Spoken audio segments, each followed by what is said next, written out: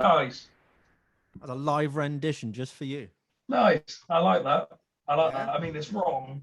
Wrong? What are you on about?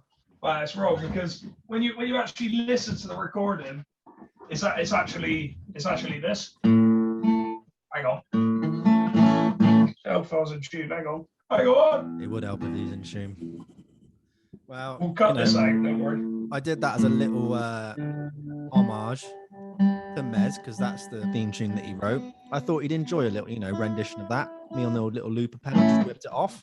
But now he's gonna point every single little flaw and insignificant detail. So go ahead, kid. It is lovely to hear, but it also is this.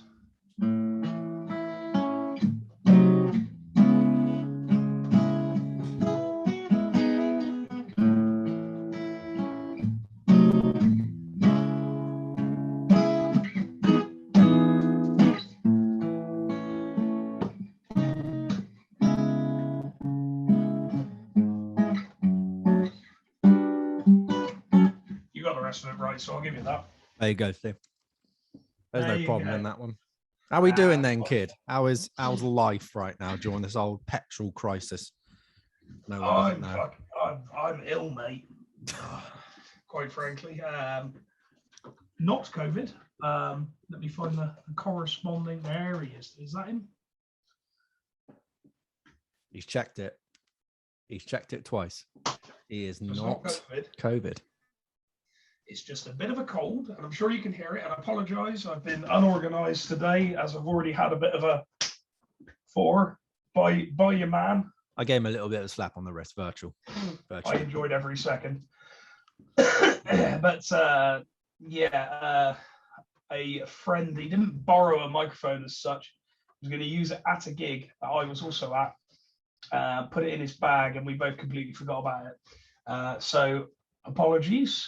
This is the level of quality that I will have today, unless I die, because I have a cold, and I believe you do as well, don't you, Marv? Old man flu. Yeah, I got it off of you actually, because we were gigging recently, and you were like, Marv, I'm fine. I just have a little bit of sniffles, but it'll be all right. Rabbit. And then we played a gig, and it was sweaty and hot, and we got told off by the venue manager. He was just an absolute warlock, and that's the word I learned of that. I learned that word, warlock, male witch. He was hanging. He wasn't the nicest of people. And we were being really good. We were being nice to him. We were being like, okay, yeah, don't worry about it. We're not loud. We're turning down. And he's just gets on your tabernacles. That's what it gets on. There you go. That's the point, isn't it? So, yeah, Mez is enjoying his phone. He's chilling out. Look at the pose you've got. You're just proper relaxing, chilling out. That's what you got. I've got it, baby. I've got it. The thing is, it might seem rude, but I'm not being rude. I'm talking. I'm responding. There we go. The lawyer. It's just the way you got. The way you got to rock and roll sometimes. You know what I mean? Sometimes you have to rock and roll. I'm still trying to adjust. So it's how about you, Marv? How are you doing? You all right, kid? Yeah, I'm doing all right. We did a Patreon video a couple of days ago. So as a recap to everyone else, we have been slammed with gigging. So we would love to try and do every single week. And maybe in the future when gigs die down a little tiny bit, maybe in the next couple of months, it'd be nice to do. We'll see what happens. But we've had this one planned for a good week or so now. And we look at our schedule like, okay, we've got one day free here in this week, or like this week we'll have 2 or 3 days, but then you're busy doing this, I'm busy doing this. And if we were to use that one free day, we'd have to do all the research and record it on the same day. So it's very tight, but we're going to do more Patreon content. So really just become a Patreon. It's just so much cooler and better, and shaving me head down like that. And it's it's lovely. Get the old slap head on the back. Mez shaved his beard as well. He did have a little trim up, yeah. He's a trim man. It looks better. It feels better. It is better. There you go.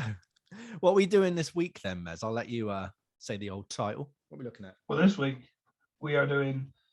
I don't know if you called it this, but I'm going to call it anyway. Call it it. There you go. Have that for free. One album wonders. Yeah, that's what I was thinking. An artist or a band has released no more than one album, We discussed like original lineups and stuff like that. But I think we are just going to focus on bands and artists that have done one album. I know you're probably going to have about 200 honorable mentions and 8,000 pages of research and all this crud. There we go. That's a man that needs to get a life, ladies and gentlemen. Do I need a life though? Because I've got pages and I've got reams and I can just keep on talking forever with the strepsils in my mouth. All right. So he's got me there. Who's the nerd? Who's the nerd then? Me? Yeah, I'll gladly accept that. So yeah, and I gave a listen to yours. You gave a listen to mine. It's been interesting because my pick I listened to quite a little while ago. In terms of preparing for this. Yeah.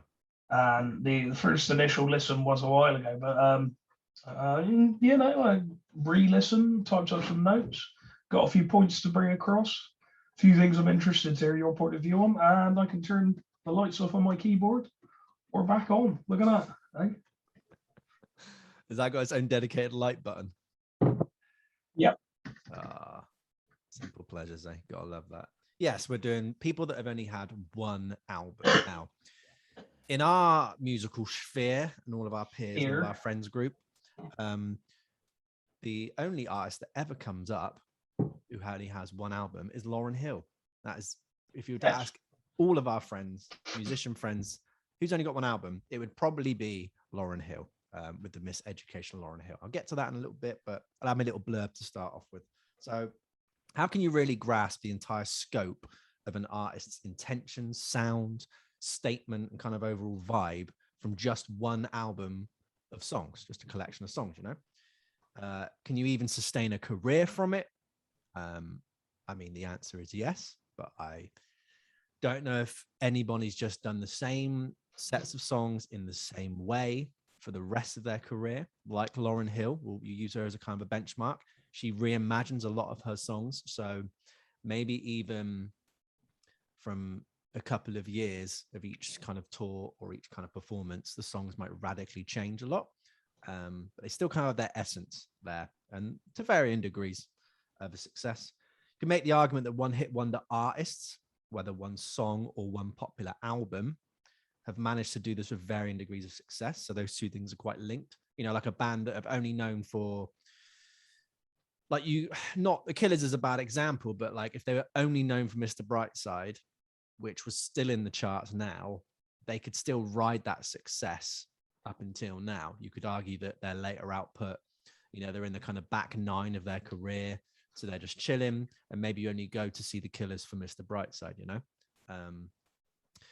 And if I had a look, if the general audience of people only know you for that one song album, then does any song or album before or after that point really even exist?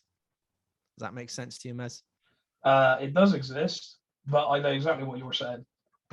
If you were to do 3 albums of material, but on your 4th album you had one breakthrough hit, and then you suddenly seen overnight all of these new hordes of fans, they only liked that one album because of the massive hit single, and it may be a sprinkling of other songs, but they paid no attention to those first 3 albums, and then you made, say, 2 or 3 more after that, and even then it was kind of like, I just want you to play this one song. Play Iron Maiden with the lights off. That's the song the big smash hit song you got. Yeah, but that's the classic, isn't it? I mean, obviously bands are gonna have songs that are very popular, and they're gonna have albums that no one cares about. It's just the way it goes. I guarantee you, I'd say, oh no, that's an unfair number. I'd say maybe 40% of the people who go to see Journey are probably only there for Don't Stop Believing. And that is why bands put their biggest songs at the end, because otherwise it'd be like, turn up, da da da da da da da, yeah, hear that, go home. Exactly. Which kind of, thinking on that subject, I don't really think that would be a thing, because band like Journey, I mean, I've never been to see them, I've never really looked this up, but I imagine they're not cheap to see live. No, I wouldn't think so. Why would you pay all that money to see one song? But then some people are crazy. Who knows? Exactly. But yeah, I mean, I kind of get it. Yeah, I know what you're But- saying. but then again, narrow that down to one album. Then, if you've only got one album that has a smash hit on it and nothing else, let's say it's 12 albums long, so your gigs are going to have 12 songs. You're going to put the most famous one at the end. Yeah. And I mean, there is no before album, there is no after album. It's just that. I even that's then kind of a scary concept. And you'd think, as an artist, wouldn't you want to produce more music just for your self-satisfaction? And then you're going to have fans that will just listen to anything you put out regardless. So it kind of makes you think, like, why do people stop at one album? What there is legalities to it where people have their like names and rights signed over, so they like are banned from releasing any tunes. But yeah, I mean, there's could be a number of reasons as to why. Exactly. So yeah, Lauryn Hill is the classic example. The Miseducation Lauryn Hill in 1998. Huge critical and commercial success, garnering achievements by a female solo artist that have only recently been surpassed, and some that still hold today. She really hit it out of the gate with her soul album, and she was 23 when it came out, which blew my mind even further. Insane, yeah. Now, I went to go see her live. It was a big bunch of us. It's pretty much the band minus you, wasn't it? Yeah, because it wasn't 50p. I didn't want to come. It was at Birmingham, NEC. We drove all the way there, and we parked at the wrong place, and we had a lovely meal. We had like Pizza Express or something, finished up, like, right, let's walk over. And it was like, oh, this is the wrong place. I had to run over the bridge, run over these things, get there. It was all fine. I can't remember the opener band, but Corey Henry was there. And then Lauryn Hill was the headliner. Now, we were a bit disappointed. We're disappointed with Lauryn Hill. Yeah. Corey Henry smashed it. He did a really good rendition of Staying Alive by the Bee Gees. Like, the organ playing was fantastic. Synth playing was fantastic. His singing was on point. Just really good energy. The guitar player was kind of like you in the fact that you could tell he had a metal shred background, and it would like poke out every now and then, but he would always keep it under wraps. It was like, I don't know, like he was a stick of dynamite with a really, really long fuse. You could just see that, like, he'd have little sparks of like little ribbons. And then Lauryn Hill came out. It was all hype, but yeah, I don't know what it was. It was just, she kept having problems with the sound, so she kept looking to a monitor and you'd be like up like that, and then would sing some lines and then stop and would go off stage and come back on. And a lot of the backing singers were doing a lot of the main vocals, and I don't know, it just seemed a bit disjointed. Like it was almost like a makeup show, and just kind of like, I'm going to get through this. You were just waiting for the same songs. I really wanted to hear her do her mashup of, because Drake sampled her in a song, Nice for What. So I really wanted to hear that, because apparently she had done that at concert, but she didn't. Yeah, it was just, I don't know, it was just a bit underwhelming. We were kind of all on the way back, and we got lost trying to find the car park because they close everything around there. So it was like, a massive long walk. And a couple of people we were with were really drunk, so it was like trying to herd sheep with them. Finally got back, but yeah, we just a bit like, I wouldn't want to go see her again based off of that. But Corey Henry, found the new fan in Corey Henry, so that's all I got to say. Well, he is great. He is great, and let's be honest. Yeah, really, really good. Yeah, I don't want to keep going on slagging off Lauryn Hill, because I do have a lot of respect for her, and it was just based off that one kind of time. But again, I digged a little deeper, and she has released a lot of other songs, solo songs, if you look into her career, very sporadically. And she was meant to be recording an album, I think like 2014 maybe, but it just never came out. So who knows, and I mean, now the Fugees are doing reunion shows as well. Obviously, she was in the Fugees, if no one is aware of that. Very huge, influential band. And I mean, you could argue that you have an album of material for her before her solo album, but if you're being really, really strict, she's got Miseducation. She's got a live unplugged album, which had a lot of new songs, but that deserves its own episode, because that's very divisive. Very, very divisive. I don't know if you've ever heard that, Mez. I'd say I have, no. It's her with an acoustic guitar, and it's a lot of like rough I think she's got like laryngitis or something. She's got a really bad throat, but she's it's all these like raw songs that she's not really like figured out the structures for or got the chords really solid, and they all just sound the same. Yeah. It's a very disjointed listen, I must say. No, I'll have to give that a shake. I can't say I've ever delved into that. Have to do a little Patreon watch along or something. Never know. Indubitably. Indubitably. So yes, we're going to go with my pick today because you always go first, and that's not true. I always give you the option to go first. I don't think you realise half the time when you take off. We'll have to tally that up then. You're like a little Concorde, you are. I just keep run away. Go on then. You tell us your pick for the one album wonder that you're doing today. So I did the Shags.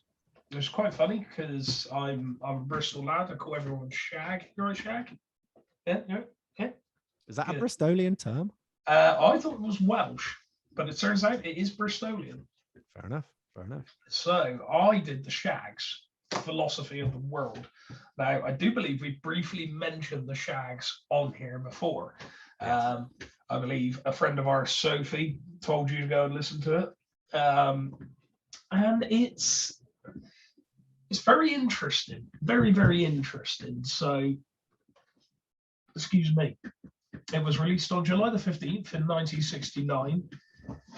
Now, there were like 4 genres that came across when I was looking at this: garage rock, pop rock, outsider music, nice, and avant-garde.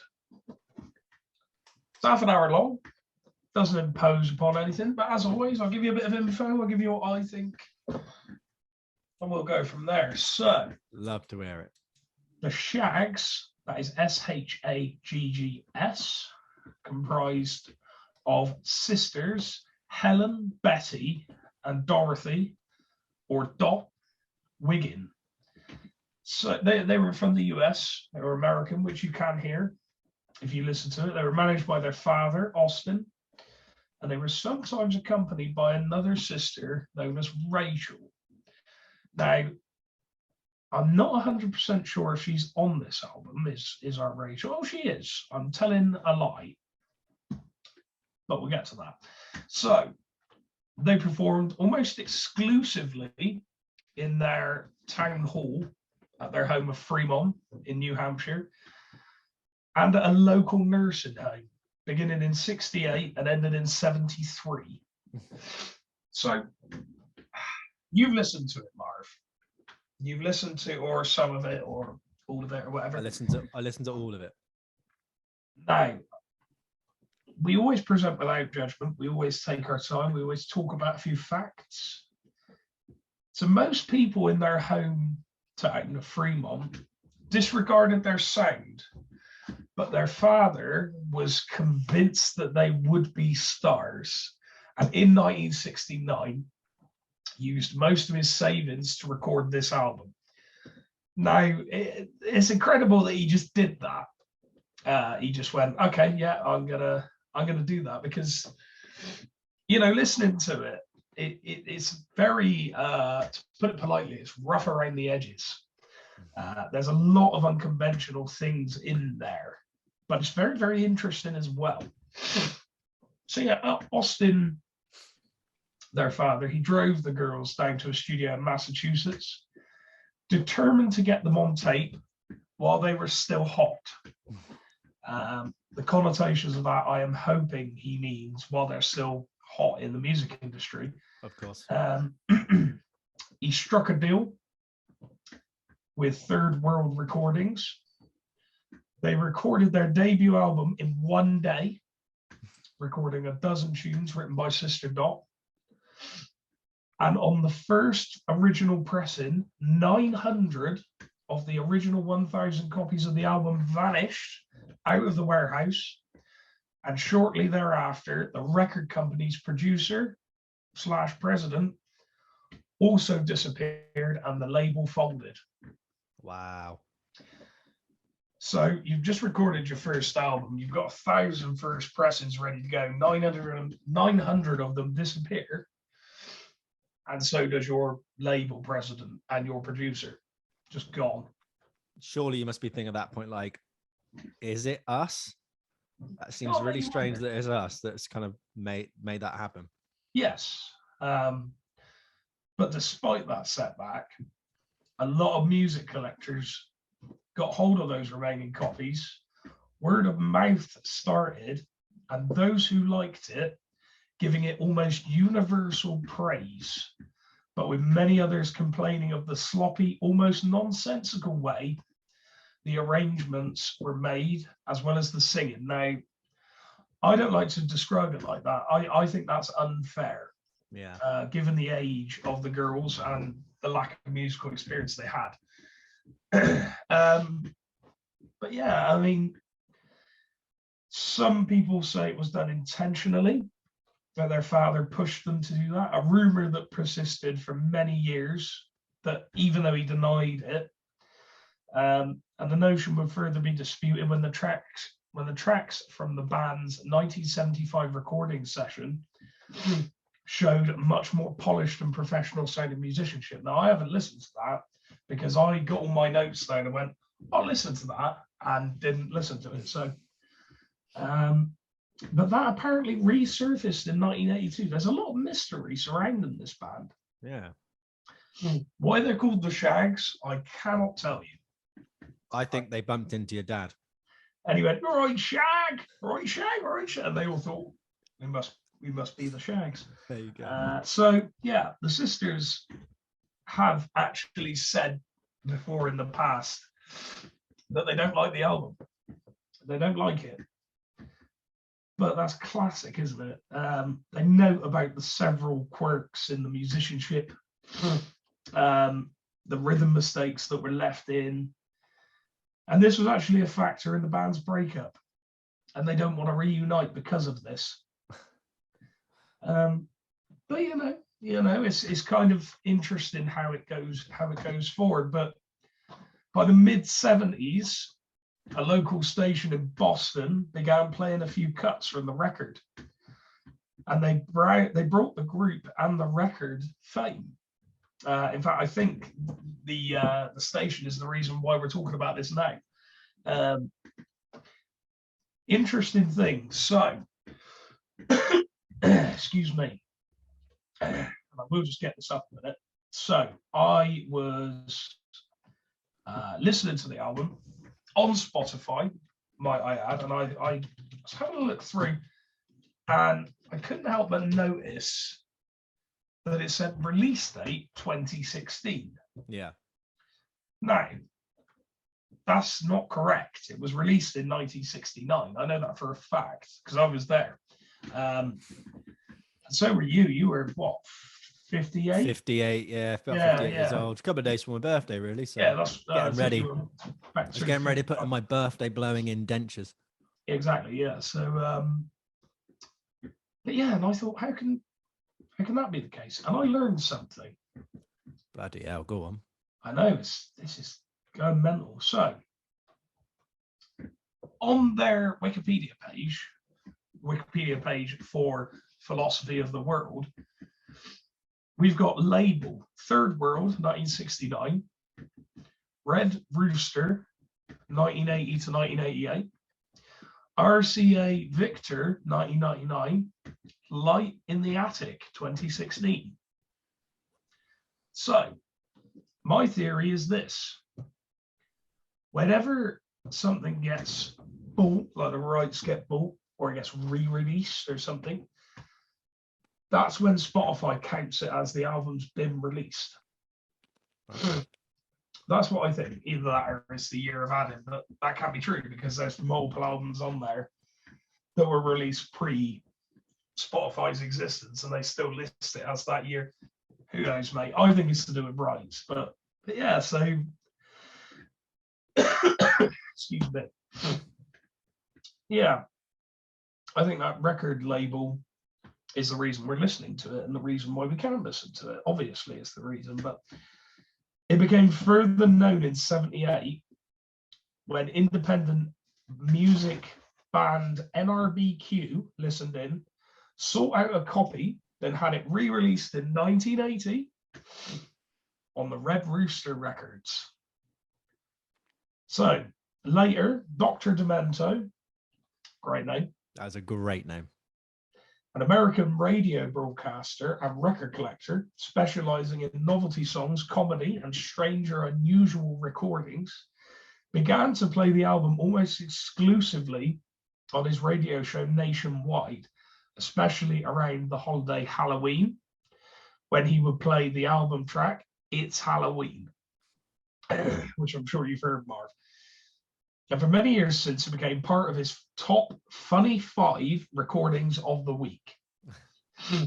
The Wigan Sisters, obviously the Shags, expressed consistently confusion and surprise in regard to why their music had become so popular, noting that the work was largely an accident. So, there's a lot of information there. There's a lot of Mez has just gone. I've got some questions for you, Mark. Some questions. Go on, boy. Give me some of them. So, number 1, what did you think of it? What did I think of Philosophy of the World? Now, I remember listening to it years ago and being like, is this a joke? Are we Yeah. Oh, it's a joke. Yeah, this is rubbish, and this is crap. This is just, don't know what's going on here. Who's giving babies all these instruments? But then again, my scope of listening to quote unquote bad albums intensified, and the last 2 times I listened to it, which was the last was today and about 3-4 days ago. Yeah, I don't know. It's really intriguing. I think it has its own unique sound. Yes. Like I played to you before we started recording. I just went, hey, look, this is every Shag song, and just kind of played some notes, played about 3 chords. Yeah. And to me, it's like, well, that's hard enough in itself to get a unique sound to be identifiable to anybody. They've already had that out of the gate. Like we said, like you were doing the mimicking the drum rolls that always keep happening. Yeah. The vocals following the guitar notes, like it's just very charming, and it's very cool to see people that have, say, a very, very basic understanding of how music works. Yes. Like viewing as the lens of just this album. Like you said, if they've got more polished recordings, it's a different kind of thing. But like, we're viewing it as like, this is their technical ability that they can, this is the best they can play, versus somebody who is like a Jacob Collier person who's just like knows every single note, microtonal note, can play every single rhythm, like a very, very highly regarded musician who's very technically gifted. But, you know, I'd maybe recognize the Shags more. They're more identifiable, more unique, maybe, than someone who knows everything. So I can't call it a bad album in that regard, but I definitely think it's one of those where if you drop someone into that album, they're going to be like, this is crap. This is rubbish. Of course they are. Yeah. And even I think when you start to, if you sit down and maybe hear the story behind it, I think it gives you a little context, but I still think it's jarring, and it's still like, well, it doesn't matter that they, you know, their dad took them out of school and just like go play instruments and have no, you know, don't listen to any music and just go figure out on your own. It still then lends the result of like, yeah, well, it's going to be rubbish. I think it's more the fact that like, this is an album you got to ease yourself into, get a couple of bad ones under your belt, go to this. And then I think then you go, yeah, it's not the worst thing I've ever heard in my life. You know, you agree with that? I do agree with that. And groovy, baby. The whole album does have a sound. It's a very, I don't know, I'd say there's psychedelic elements to it. I'd say there's a lot of experimental things going on, but I wouldn't say we could call it experimental, because these are kids, and these kids, they don't necessarily understand music in the same way you or I do. How old were they when they did this? How old were they? Well, they were in their teens. Okay. I want to say they were around the 13, 14 mark. Interesting. So like young teens. and it is very much like it's. I'm trying to explain it. So you obviously hear kids singing all the time. Kids just sing. That's one of the earliest things we learn how to do as human beings, and apart from obviously communicate and things like that. I remember from a very early age. I mean, I went to primary school. When did I go to primary school? I want to say the late 90s to about 2005, and we used to sing Christian hymns in assembly. Not that I wanted to, I wasn't interested, but we used to do it. So from a very young age, I was used to singing already, you know, and music existed. But I mean, I'm assuming in 1969 and the early 60s and the mid 60s, it would have been quite similar, but a lot stricter. So obviously music would have been a big part of growing up, and especially like things like the Beatles and Elvis 10 years previously, rock and roll becoming a big thing, the Rolling Stones. It's going to feature a big part of your life unless you live under a stone on the other side of Mars. So this is kind of the point, isn't it? So it's not that they're mimicking anything in particular. I think they're just mimicking like their experience of music, if you like. They've gone, this is what music sounds like to me, rather than using particular recording or music playing techniques. Because they're kids, you know, they're legally, they are still children. Which is kind of weird to think about when you listen to the recordings. And this is actually something I wanted to go on to. Did you look at any of the lyrics, or could you make out many of the lyrics? I made out most of the lyrics, and I liked the simple rhyme schemes. I think that's the most digestible part of it. Absolutely. Every single line somehow rhymes with the one before and after it. Yeah. As you say, it's very simple, but it's got to be. They're kids. Yeah. And I mean, the same with the vocals. The scales they're using, it's major, isn't it, the whole way through? Pretty much. It's all the same. Like, it feels like it's played in the key of G, all of them. Yes, it is. Like very out of tune. Yeah. Yeah, there is a lot going on there that is, as we say, not traditional in terms of recording or writing. But surely when things are traditional, that's when it gets boring. That's when people like you and me go, I've heard that, give me something different. So it's kind of strange to try and judge, isn't it? But I'm going to give you some lyrics, Marv. Go on, boy. Because I know you'll enjoy this. I will have more things to ask you as we go on, but I'm going to give you some lyrics. So I had a look at Who Are Parents, because I thought this song actually showed a bit of is honest. That's something I noticed in a lot of the lyrics. If they're talking about something in particular, like this subject, there's honesty, and they're actually quite wholesome about it as well. I like it. So Who Are Parents? These are the lyrics. I won't read them all out because a lot of it. Oh, that's fine. Okay, here we go. Some kids do as they please. They don't know what life really means. They don't listen to what the ones who care really have to say. That's something else. You get sentences that sort of stumble upon each other, but they're kids, you know, it's kind of interesting. They just go and do things their own way. Who are parents? Parents are the ones who always care, I think the line is. It's wrong here. I really should have. It's fine. They won't remember. Who are parents? Parents are the ones who are always there. Now, something else in their songs, their structures and their arrangements, it's all over the place. It's everywhere. Yeah. Which is really cool. I really like that, because it's just like, who are parents? Parents are the ones who always care. Who are parents? Parents are the ones who are always there. Play instrumental section. for an anonymous amount of time. Yeah. Some kids think that their parents are, and you know what I mean? That's really cool to me, because it's not just, we're so used to intro, verse, chorus, bridge, verse, double chorus, end. Yeah.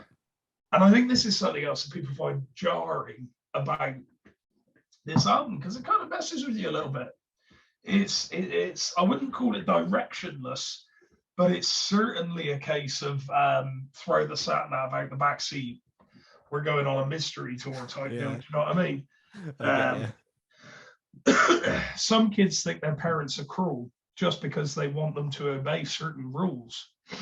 Then they start turning from the ones who really care, turning for the ones who will always be there. Then we have Who Are Parents again. Parents do understand. Parents do care. We must remember, parents are the ones who will always understand. Parents are the ones who really care. And then we have 3, we'll call it choruses. It's 3 rounds of Who Are Parents. So structurally in the lyrics, we have verse, chorus, verse, chorus, verse, verse, chorus, chorus, chorus. End of song. Killing it. It's interesting, you know. They're writing about what they know, or Dot is. Dot wrote all of these songs. Yeah. Dorothy Wigan, if you will. She wrote all of these songs. They're about a wide array of subjects, which I really like. I really like the differences between them. And some of them, they're not dark as such, but they're, how do I describe it? They're just a bit, I don't know, Marv. I hate doing this, because every single time we have an album similar to this, I always seem to be able to find a way of linking it back to, oh, this has quite a dark quality to it. And that's it's not what I'm trying to get at. What I'm trying to get at is, he's coughing. What I'm trying to get at, and he's sniffing. I am sniffing like a bad one. I'm sorry, folks. We love it. We love it. If they can't take us at our worst, then, well, we haven't got a best, have we, really? There you go, kid. We do the bare minimum, so. But so yeah, I'll give you another load of lyrics from a completely different. I say completely different. It's on the same album, written by the same person, performed by the same band. There you go. So how crazy is that? Mental, mate. So that little sports car, we've already briefly spoken about this, because you said about the intro, was it? The way I love the intro. It's great, isn't it? It was so cool. It's great. I'm really into it. It's absolutely brilliant. So this is a bit more of a metaphorical one, I think. If we take the last one, Who Are Parents, as literal, I would take this as a bit more metaphorical. But then Dorothy, she's a child, so maybe she's being literal, who knows? There was a sports car on the road. Let's call them response in this one, vocals. I thought I knew the fellow that drove. That little sports car was slippery as an oyster. Are oysters slippery, Marv? I mean, I think they are, because you open them up and then you kind of do that, don't you? Oh, the inside. I thought she just meant the shell. No, see, she's getting you thinking. Just getting the old gears ticking. Following it was like riding on a roller coaster. Around the corners and over the bumps, every minute, faster and faster, my heart thumped. I really like that line. Around the corners and over the bumps, every minute, faster and faster, my heart thumped. I'm really into that. I think that's great. And then we repeat, my heart thumped. There's a running theme in this song, which tells me they understand patterns within music as well. Because at the end of every verse, if you want, the last word or words are repeated. Well, finally, he stopped to get some gas. If I was to catch up, I had to move fast. I stepped on the gas and just made the corner. Wow, I was almost a goner. When I got there, he was gone. I don't know where I went wrong. The time went fast. It was late. I knew we had no time to waste. Time to waste. I turned around and headed for home. I learned my lesson never to roam. I learned my lesson never to roam. Never to roam times 4.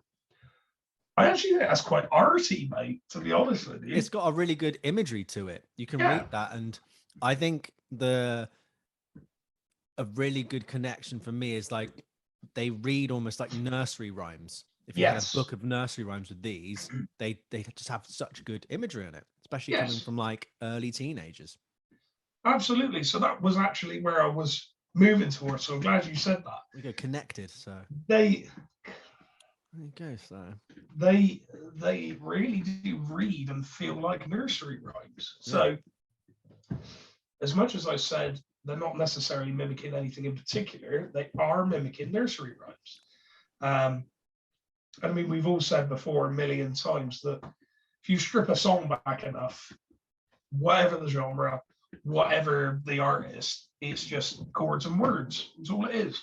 Yep. And when you strip it back that far, there is a real arty quality to it. There's a real poetic nursery rhyming quality to it. I think it hits on a deeper surface than people realise. Either that or I'm just talking crap. I've had a lot of Lemsip today, so maybe that's the reason why. But you check the side effects on the Lemsip label. Yeah, we'll make you ponder shite on a podcast. I mean, I believe it. I think this album is interesting and thought-provoking. For sure. Genuinely do, and I also think it could be seen as more of an experiment. Because obviously, you know, if me and you went to a studio, which we have done multiple times, and it was like, all right, lads, write 12 songs, first 12, we'll record with a band, we'll release, see what it does. Me and you would record a drastically different album. I mean, obviously, number one, we're fully grown men from the UK, as opposed to young teenage girls in America.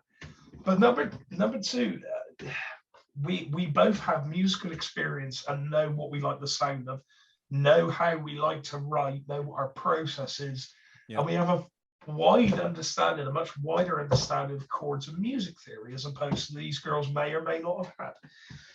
So that's why it makes me think of a bit of an experiment, because it's almost like their dad, instead of really, really believing in them, which we know he did. Yeah. But instead of that, he had literally just gone, sod it, here's my life savings, go to a studio, see what happens. And I think that's the impression people get, because of obviously I don't want to say the different level of quality as such, but the different, a real different vibe it has. We'll go with that, because it's got such a nonsensical, nursery rhyme, poetic, childish quality to it. I think that's what puts people off. There's a lot there which you could be like, that's out of time. Oh, that's this, that's that. I mean, everything Queen has ever recorded was never done to a click. So does that mean that's out of time? What about Led Zeppelin? Yep. What about Van Halen? Never really putting their guitar strictly in A440 hertz, you know? No. Yeah. You make a really good point. It's like, how far do you put your barometer of like, this has to be correct to these sets of things? Okay, well, if you were to do that, then 95% of a lot of music is going to be wrong and therefore bad. You're going to view that as bad.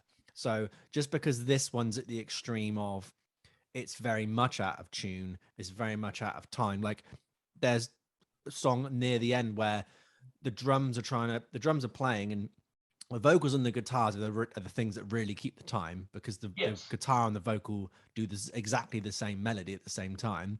And the drums are just playing a groove, and it's almost like they're being lapped over. Yeah. Like they miss they go like a whole bar back. It's really weird, but then they'll stop and then they'll kind of sync up again and then play. But yeah, very extreme way of doing it. But yeah, where really do you put the line then? Do you put it before, 1998 when auto-tune was kind of around and you had Cher Believer? It's like, right, okay, vocals are definitely in tune. Do you do it before Pro Tools and everything was on computers where you could grid stuff? And even then, like that music really, that really shiny pop music and even shiny pop rock or rock music now, to me, has no quality or substance to it or thought, whereas the Shags does.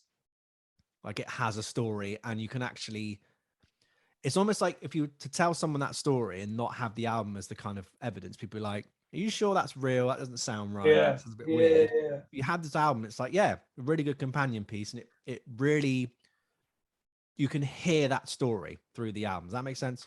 Absolutely, absolutely. Yeah, that is the point, isn't it?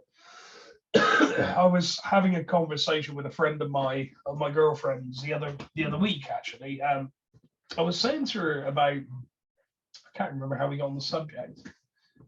That's right. We passed somewhere where there was karaoke going on, and not good karaoke for that matter. And I remember her saying to me, like, "Does that drive you insane? Because obviously all you do is music." And I was like, "Not so much, because if someone's extremely out of tune, my brain can deal with it a lot better than if someone's nearly in tune. They're just off. Do you know what I mean? My brain can't deal with that. It doesn't like it. And people think I'm lying. People think I'm making it up. I genuinely struggle with that. It's the same as an out of tune guitar. I can't deal with it. You could have finished the tune, do the guitar again. It's out of tune. Sort it out. Strangely enough, nothing on this album messed with me in that way. But anyway, we were talking about it, and I got on to the dangerous subject about how all guitars, and in fact all wooden instruments in the West, are never ever in tune. Yeah. That weird sciencey thing that makes it so that they're never in tune. They're never in tune. And she laughed and went, "Oh, my cheap electric keyboard's probably more in tune than haha," like a joke. And I was like, "No, it will be." Yeah. And she was like, "What do you mean?" I said, "That is mimicking an actual note, whereas my guitar is doing its own thing." It's like if we put it to you, that keyboard, and it'd be the same with your keyboards. Your keyboard will always be in tune. My guitars will not. Yeah. It's like you've taken the stabilizers off the keyboard, and they've no longer got that guide to tell you what note it is.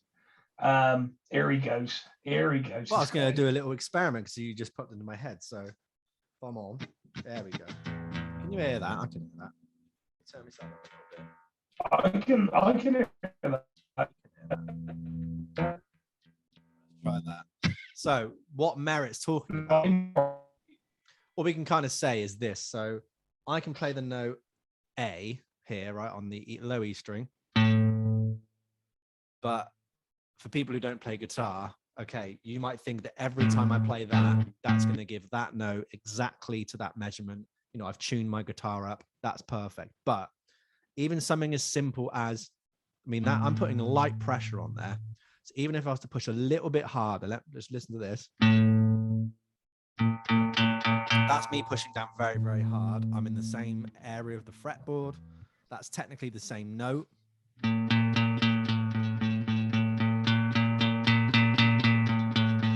That's almost up like a half step in notes. So if you're playing live or even playing in the studio and getting a bit kind of ready to go, you know, kind of, you might push too hard on the fretboard without knowing it. So technically, again, back to this conversation of, well, okay, that's technically out of tune, so that means that goes into the bad category of music. So you'd have to sit down and then play that and make sure, again, that even when you hit the string, it might waver a little bit in and out of tune. So then how do you get around that? Is that even a bad thing? Is it even a terrible thing? How nitpicky do you go? Because also just like leave it alone. And then another thing I was thinking as well is that imagine trying to cover this album. I feel like it would be very, very impossible. Whereas technically demanding music, like a lot of guitar, you know, shredder guitar instrumental music, you know, Paul Gilbert, Steve Vai, that stuff, you could sit down and imitate that and get it right, get tones and all that stuff. But to really try and get every nuance of the Shags and play along to at least one song, you'd be out of time. So you'd be out of time to them. So therefore you would be bad. You know, that's what's fascinating. Exactly. To me.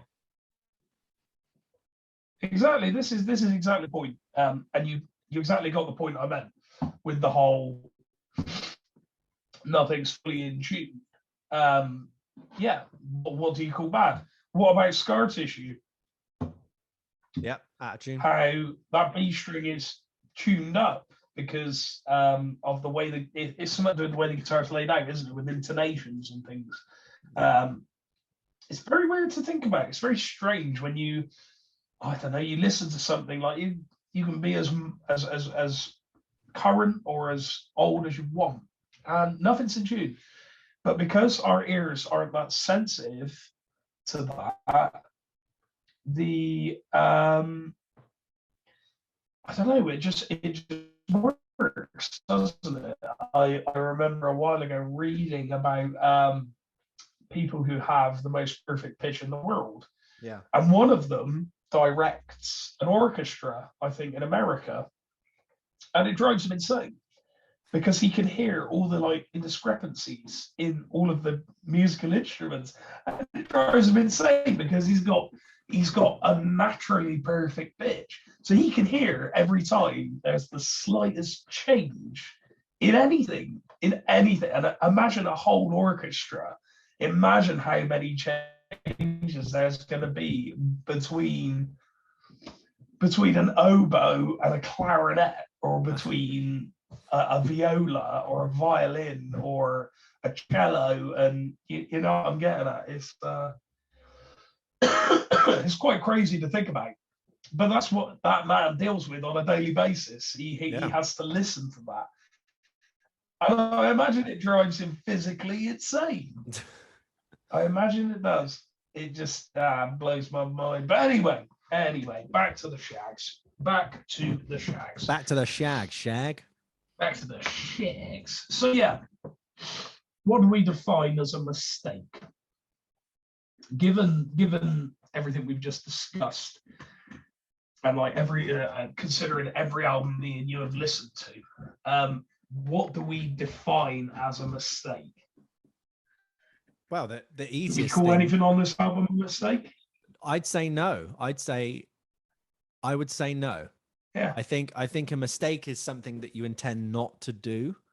Yeah. But then, I guess if you were to look at, if they said that they weren't happy with that album because that wasn't the recordings they wanted to put out, and there was they're admitting there was mistakes there. You could argue that point and go, we're listening to mistakes. But then again, that's the only reference material we've got for that album. Yeah. And you're ingesting that, not knowing the songs as well. You haven't heard the songs before, what they're meant to sound like or anything like that. So it's just so hard to define what an actual mistake is. You could look at the Nick Jonas video of him playing guitar where he goes out to do the solo and bless him, he hits the wrong fret, and it's like, oh, we've all been there. Handles it like a pro, but it's like, okay, that typically is a mistake. He didn't want to do that. But in the Shags' opinion, where it's like, okay, I just really don't think it is, because also when I'm listening to it, I'm not feeling like, I'm not hearing little bits of notes from like, that's wrong, or that's making me feel horrible. I'm taking it all in as an experience. So that'd be my definition. Mez, how are you gonna say this? I mean, a mistake is a debate, in my opinion. Sometimes things happen by mistake, and we call them happy accidents. It's like anything. You can turn anything around. It's hard to explain. I know a lot of, I know of, and I know personally. Well, me personally, yeah. I know a lot of people who sort of have the live playing versus studio playing attitude, and I kind of like both because there's opportunities for both, and there are different techniques in both as well. I remember the first time I recorded professionally when I can't even remember where it was now, but the amount of times option to do what we call a drop in, rather than just hit and record and playing everything through. You play everything through a couple of times, so the engineer producer has some good bits, and then you do what's called drop-ins, where they'll be like 4 bars of music, and he'll be like, "You ready? Yeah, do that, okay." And you play it in, and he goes, "Yeah," or he goes, "No, do it again." Then you just move on like that. You do bits as and when, and I remember that shocking me to the very core. Because I was just like not expecting it. It's very much leave your ego at the door kind of deal. Yeah. Save your ego for when you're playing live and you're pulling all this stuff off without a hitch. And the Shags wouldn't have done that. There would have been no drop-ins. It would have literally just been a case of guitar, is it? Yeah, they might not even the multi-tracks. It might have literally been a case of microphone. Yeah, click record. When you're ready, girls, crack on. Literally, do your 12 songs. There you go. So it's that's another factor to consider, alongside the fact that they may or may not have had a wide understanding of music. I mean, it's certainly difficult how to judge a mistake when, in a lot of ways, you could view that mistake as the sound of the album.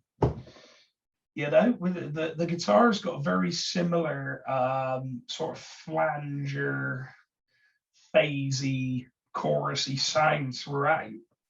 It doesn't get boring to me, in actual fact. There's a lot of simple chords. In fact, I say a lot. There's simple chords. As you say, there's like a guitar line, the vocal following it, or vice versa. But it's unique. It sounds different. It sounds like unlike anything I've ever heard before. I was going to try and compare it to I can't think of his name now. We discussed it with our good friend Dasheen. Go on. Probably Captain Beefheart. Captain Beefheart. So there was going to be a level of my part in this podcast where I was going to say, how is it like Captain Beefheart, Marv? And we would draw conclusions from that. But to my mind, Captain Beefheart, they already all had a big understanding of music and knew exactly what they wanted to do with it. Whereas the Shags didn't. But when you really think about it, when you listen to Beefheart, you listen to the Shags, they've both got an element of, there are things in here that traditionally wouldn't happen in music, and there are things in here that traditionally wouldn't happen in music. Yeah. This sounds random, and like they've just thrown it together. This sounds random, and like they've just thrown it together. Do you know what I mean? So I would be tempted to draw that comparison, but also they're both extremely different pieces of art. So I mean, well, you could also make the point that I think to, like, let's say to first-time listeners of both those albums, that you've got, like we're saying with the Jacob Collier thing and the Shags, it's like, okay, Captain Beefheart, who is a musician, and all those other people who had musicians know what they're doing. Shags are still learning. You can call them musicians, but, you know, very basic level.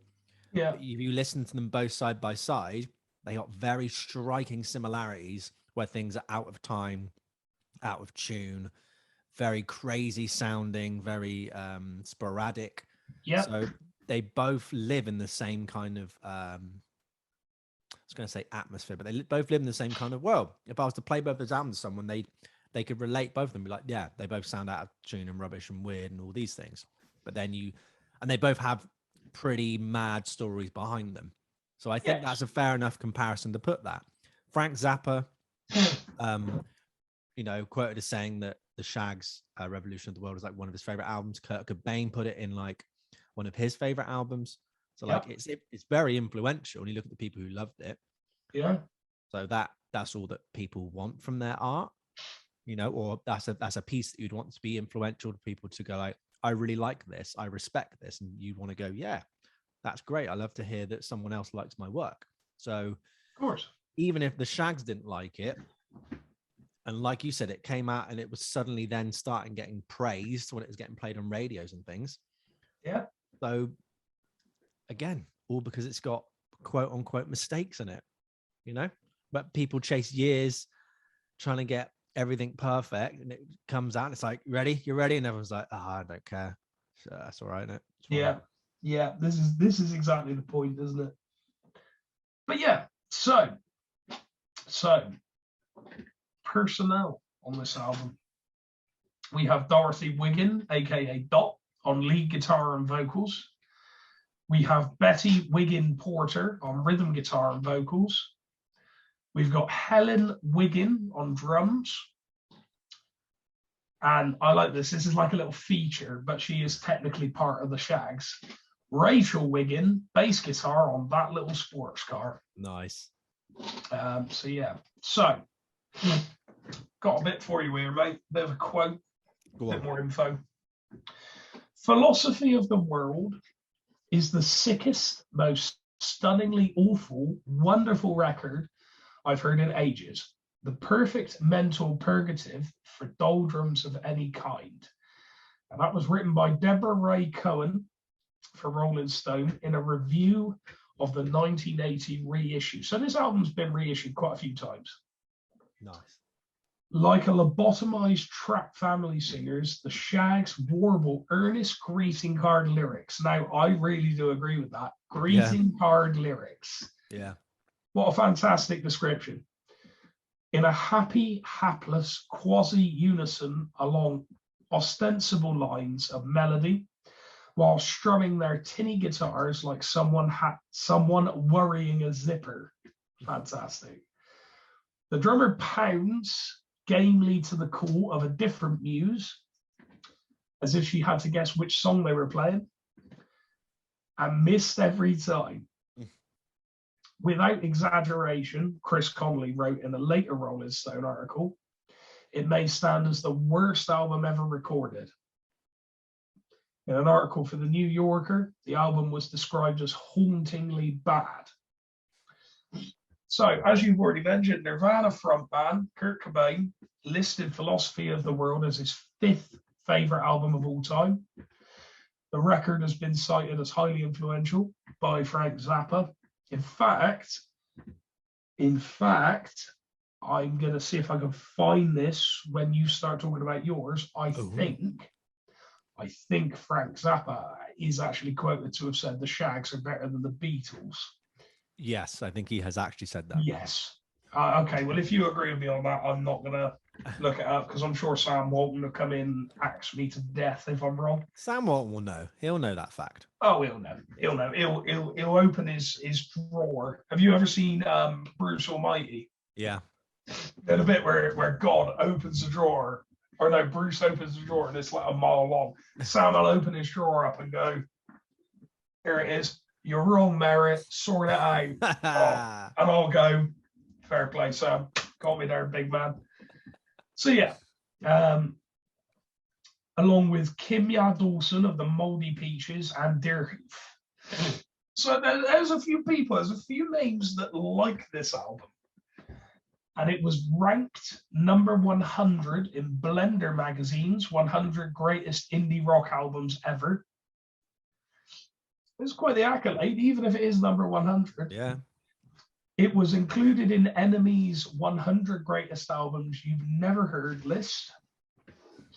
And in 2016, Rolling Stone ranked the album at number 17 on its list of 40 greatest one-album wonders. So, for all the bad reviews, the people going, oh, I can't stand it, there are people out there that do enjoy this album. I enjoyed it. Yeah. I enjoyed it. I thought it was great. I like I said, I think it's thought-provoking. I think it's different. It's not run-of-the-mill. It has a different vibe to it. Yeah. And yes, there are childlike qualities. Yes, there's this. Yes, there's that. But ultimately, it just, I don't know. It does something different. It does something interesting, and it's really worth a listen. It's mad that it gets both the extremes of this is the worst album ever made to then this is great. They're better than the Beatles. Like, Yeah. it's mad. I don't know of a lot of other albums that really hold that accolade. Like Well, the two huge extremes. no, that's the thing. There's no in between for it, is there? Because of the extremity of the album, there's going to be no in between for this kind of thing. So it's to be expected at some point. But I agree with you. I don't think I know of another album that, like you say, is on the one hand being praised for being better than the Beatles, and on the other, it's complete garbage. Don't touch it. Yeah. So it's kind of strange. It's very weird. It's very odd. And I mean, it to me, it slots in perfectly with the stuff we like to talk about. It was a very interesting listen, a very interesting listen. And you know, on returning, because of how different it is, I wasn't bored. Like we were saying about how there's really simple chords in there, really simple melody lines, childlike rhyme, greeting card, lyrics. But I wasn't bored. I was like listening to it, and I was just like, "This is you." It's almost like a thriller on TV. You're on the edge of your seat, like, what are they going to do next? I'm interested. I want to know. I want to see where this journey is going in that little red sports car.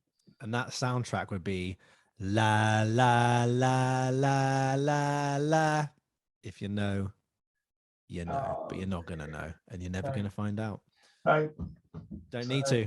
You don't need to know. That's a sordid bit of the audio clip that you're never ever gonna hear, everybody. So be thankful. Yeah, I completely agree with you, bud. I think it's a brilliant pick, and it's a good standard for topics like this. Absolutely, and it's I really enjoyed it. I urge you all, go and listen to Philosophy of the World by the Shags. You won't be disappointed. And I often find that it's one of those that, like, 30 seconds in, you'll be going, "What am I listening to?" Yeah. And after a while, you're like, "This isn't actually as bad as my brain first went. Good grief, what am I listening to?" And you just kind of you go through it. You know, it was like the first time I ever saw Mamma Mia. My brain went, "What am I watching?" And then after a while, it was Mama. At Waterloo, Napoleon did surrender. You know what I mean? Yeah, man. Yeah. Nowadays, everybody want to tell they got some of the same. Oh, there. So yeah, that's my pick, ladies and gentlemen, and all other folk. Thank you for listening to me, Marv. I know you picked an interesting one. Oh, I listened to a couple of tracks, and well, I'll take it away then, kid. Oh, lovely. So I did an album which gets celebrated a lot, and this is now, I'll think of words. Usually, you know, a couple of times you might come up with an album that you're there like, I like this one, but it gets trashed, or you're there like, I don't know why it gets trashed because I like it. It's one of those kind of things. Unless I just said the same thing twice. But basically, I'm doing Awe by Skip Spence, released May 19th, 1969. So weirdly enough, we both picked albums of the same year. It keeps happening. Another album made by someone at 23 years old. I thought that was quite interesting with the old Lauryn Hill thing, but it's the only studio album from Skip Spence. Now, he was involved in a number of bands prior. He was the drummer in Jefferson Airplane's debut, and he was the guitarist and singer in Moby Grape. There you go. Didn't know that. Go. So I first read about this in a classic rock article that was called like One Hit Wonders. Okay. And it was praised, and they're like, yeah, it's a crazy psychedelia, folky country album. And you really need to, like, it's like, you know, you have to listen to it before you die, those kind of things. And the image of Spence with a very overgrown Beatles haircut, eyes that are just like this, and you're thinking, this man is interesting, say the least. Now, second year uni, I used to live in Staple Hill in Bristol. It's a very nice house. My mate James Dorr used to come down on like our off days at uni, and we used to write. So what we used to do is we used to meet up in the morning. We'd put on an album, listen to it, and then we'd go up into my little room and then we'd write all day. So, you know, we do Super Unknown, Soundgarden, some St. Vincent stuff, Marry Me, all that things. And I was like, you know what? This article I had in front of me on my little binder, I was like, apparently this is a banger. So let's put it on. So we slot it on, right? Because it's meant to be a classic album. And with each song, I was just like, okay, next one. Oh, God, have I put the right? Yeah, it's the same album. Yeah, same songs. Okay. I was like, what is this shit? How is this a classic? Have classic rock actually listened to this? Like, what's going on? I don't understand why it was popular, why it's celebrated. It's awful. I can't remember any songs off of it. Was not impressed by any of the guitar playing, any of the melodies, like lack of melodies, if you can even call it that. We were just kind of annoyed that we wasted our time. It's very, very weird. I was just like, this is crap, which really, in a sense, planted the seed of like, can I even trust articles and reviews? And you know, every Metallica song ranked from worst to best. And you're like, is it though? Is it though? So yeah, then we went upstairs and made sweet, sweet music together. It was definitely not from Awe. So there you go. So that was 2015 until now. I've never listened to it ever again. That was the one time all the way through. And I was like, we're doing this reason because they've only got one album. And I was like, it has to be this one. It has to be this one. It's been filed in my brain as like a no need to revisit album. You know, those kind of ones where you're just like, I've heard it. There's nothing I've gleaned from it. I've got all the nutritional value that I need from it. And cool. Maybe if it comes on skip or shuffle or something like that, maybe. But yeah, exactly. I got a fair few albums like that. But yes, I wasn't looking forward to listening to this. I think a huge part of it was knowing that I didn't have any other albums to kind of bounce this one off of. I couldn't hear how like he had progressed, you know, diversified or stretched his kind of output. Like if I could listen to, let's say he had 8 albums and this was his first one. If I could listen to say like 2 or 3 from his like 80s period or something, then someone's like, yeah, they're great. But you like, if you go back, he started off with this kind of guy, and then he's progressed further. Like his best album is his 4th one, but go back to this and you could hear the lineage. At least that would take some of the edge off of like, okay, I'm not the biggest fan of this one, but you start to kind of like it more in time and you can see where it's going. But this is like watching a pilot episode and you've only got the pilot. Yeah. It's like watching the American Peep Show pilot, which, I mean, there's about 3 of them, I think. They're all terrible. Not seen it. Go have a look. It's got Johnny Galecki, who plays Leonard from Big Bang. He plays Mark. Weird. Very weird. Doesn't work. Really I need bad. to blow my nose. Sorry. Go on. He's blowing his nose, but I'm here. Don't worry, everybody. Marvy's here. So I've read up on Skip Spence's life before I re-listened to Awe and realized the context that this album sits in, but it still didn't change my mind going into this. I was still like, I really don't want to do this. I had like haunting flashbacks to that living room and just being like, oh, what's going on? Like, basically, I can just remember like, that's what the melodies and the lyrics and the sound of his voice sounded like in my head, with very, very basic out of tune guitar playing. But I've had 6 years of new music planted into my brain, you know, a whole bunch of life experiences, gigs, podcast episodes in the bag. So, you know, I think I can do this. So let's dive into kind of the background of his music career. But first off, I'm going to do a little cough. Little cough. Just a little one. Sorry about that. I'm back now. He's back. He's got toilet roll. And don't worry, everybody. He's just shoving it up his nose. Nice. Very nice, James. Very nice, Birdie. As mentioned previously, Skip Spence played in a few bands during the late 60s. He got the gig as the drummer of Jefferson Airplane, right? He met a band member called Marty Balin at a bar. Now, Skip Spence has never played drums in his life at this point. And Marty Balin goes, here are some drumsticks. We're recording in a week, so can you be our drummer? And he's like, I don't drum. He's like, don't care. Don't care, not my shift. So, you know, Skip Spence goes away for a week, comes back, And the drumming you hear is just amazing. You would never know this guy has been playing drums for a week. It just sounds very professional. There's really inventive fills. It's very solid. It's just mind-blowing that I was listening to it, knowing that he'd only been playing drums a week. And I was like, this is absolutely insane. That's Like, mental. I'm not saying Neil Peart levels of like drumming, like virtuoso, but just to know that he's had a week of drumming experience and that was the outcome of it. Like the Shags, like I don't know how long they had to practice and learn their instruments, but you just kind of think, wow, for people who have probably had a limited amount of time, they've actually made a whole album of songs. One day, Marv, they recorded that album. Madness. And I'm not getting emotional. I've got a cold. It is emotional, though. It's emotional to have a cold. I mean, the Shags managed to do all that in one day. It's amazing, isn't it? Just blows your mind, doesn't it? He then got fired after missing a gig because he went to go party with some girls in Mexico. So, rock star. I could forgive that. The last band he was in before releasing Ore was Moby Grape. Now, he got fired after trying to kill his bandmate, Don Stevenson, believing he was the Antichrist. He axed his hotel room, but unfortunately, he got restrained and arrested. Now, he was high on LSD, so yeah. Yeah, it says it all, doesn't it, really? Yeah, it kind of says it all.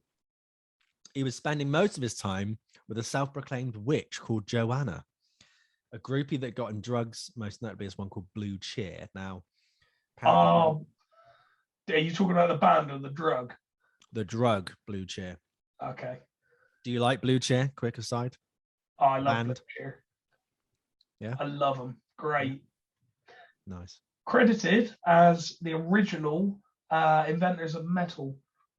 Nice. Before Black Sabbath. However, I love Black Sabbath, so go away. Black Sabbath has it. Yeah. They only exist. Anyway, Blue Cheer was apparently LSD and methadone. Now, not the best combination of drugs for your brain to be functioning on. Not ideally. Apparently, one day he'd be looking good, and then the next he'd be all sweaty and looking like he shaved half his beard off with an axe. So, what's up with this bloke and axes? He just loves axes. Can't get a bloody enough of them. It'd be easy to buy for like Christmas and birthday. You're right, mate. Got another fire axe for your collection, mate. Cheers, mate. So after being admitted to Bellevue Hospital, the story goes on the day of his discharge, he drove a motorcycle up to Nashville in his pajamas, bashed out Ore in a week. Now, his wife claims this not to be true. So a more nuanced account goes like this. After his discharge, the producer called David Rubinson, who'd helped to get Moby Grape their record deal, picked him up, bought him some food and some new clothes, got him a hotel. Now, Spence said that he had new songs he wanted to record and wanted to get them down as soon as possible due to being deprived of a guitar at the hospital. So he's composed 30 songs in his head without an instrument. And he's there like, I need to record them before I forget them before I just they go. So never mind that fact. That's amazing that he's managed to remember all of these songs individually. He's planned out all the chords, planned out what he's going to do without a guitar. So he was given an advance, bought a motorcycle, and then made the 900-mile trip to Columbia Studios in Nashville. The only instruction given to the engineer who was over there, called Mike Figlio, was just keep the tape running. So in 6 days, he recorded 30 songs. Bearing in mind, I'm assuming when he got to the studio, that was the only time he actually started playing them on instruments. Now, he also played every shingle. He also played every single instrument on the record. So not only is he having to try and compose the songs on guitar and vocals, he's then got to record each instrument individually and then try and make it sound like a band and all these things. So that's already mind-blowing in itself. I'm starting to get the appeal of this album before I'd even listened to it. So again, like I was saying, Mez, when you get the old bog roll, these are all things that I found out before I'd sat down and listened to it. So I'm starting to put my interest up a little bit more now. Yeah. A little bit more now. Yeah. After finishing up the recording, he simply went 900 miles back home and spent time with the wife and kids. That was it. no touring, no promotion. Apparently originally intended as just demos, but Rubinson, who was the producer who got him the advance, was so impressed that he released it as a full album. So you could make the kind of connection there that the Shags said, we're not happy with what the songs on the album. They're not the ones that we wanted out, all these out of tune, out of time ones. Maybe Skip Spence didn't want these songs out. They're just demos. But this is what we got. So before I start, Mez, do you want to tell me what you thought of this album, or do you want me to list it through? What you're thinking? You know what? I'm gonna be authoritative. What did you think of the songs that you heard off this album? What's your opinion? Shut up.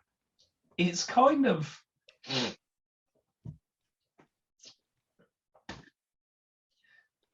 I feel like there's I should have listened to more of it for a start, but there wasn't a lot that piqued my interest in it.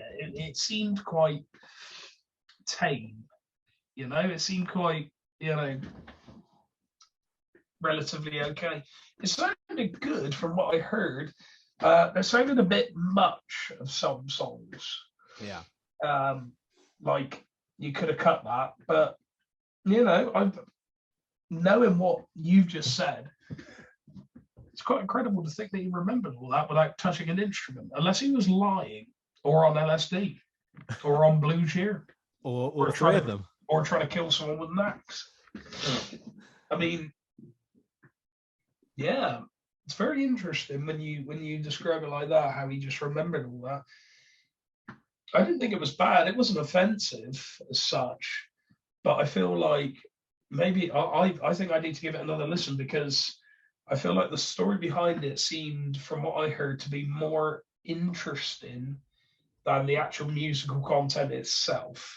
I think 1,000%. Yeah. 1,000%. You know, it's I wouldn't call it boring. I wouldn't call it dull, because music isn't boring or dull. But it, yeah, you know, compared to the you know, there's heart and spirit in the Shags, and there's a lot of like up and downness. Whereas I feel like what I heard of Old Boy, yeah, it's not that it's the reverse of it as such, but it's a lot more tame in its nature. Yeah. You make a good point, and I think I can inject a bit more of, I guess, context around that, and it might make sense. Yeah. Why the songs might sound quite dull and introspective, and I'll Please get through that. Yeah, let's go. So we start with Little Hands. It's one of the more memorable melodies here. It's very 60s in its chord progressions. Now, people who are not musos, when I say very 60s in its chord progressions, what it usually means is they're playing in the Mixolydian mode. Now, all this means is that you've got all your notes in the major scale in a nice little formula each time, and you're changing the 7th degree of that. You're putting it down a half step. So what happens here is you just get a nice sound that you can kind of play. It brings in like a sad minor kind of quality to the music, but overall sounds happy. So it's like having a little drop of soy sauce in a nice fresh 7-Up. It's like you can drink it. It isn't going to ruin the whole drink, but there is something there where you're like, something's fishy about this drink. I'm like, Merritt, if you put soy sauce in my drink, and he's like, I don't know, but listen to shag, bloody shagging in the wagon shagging. So I have to believe him. And then before you know it, I saw I'm drinking soy sauce out the bottle with a little drops of 7-Up because I'm just addicted, and it's his fault. That was an excellent description of the Mixolydian mode. There you go. See? So can you do any better? Don't think so. So I'm moving on. Yeah. Go. It's got nice harmonies. It's a very cohesive band feel. Again, amazing because it's one person recording it. The dynamics of the song rises very organically. It's probably the most single-friendly song. It also gives you the best of the styles of songs we get here. So usually we get country-sounding songs and 60s psychedelia rock. This is a perfect meld of the two. Now, what happens is you either get country songs or psychedelia rock. So if you're a fan of both, good. If you're only a fan of one of them, bit mix and match for this album. But Cripple Creek hits with the former of the two styles, so country.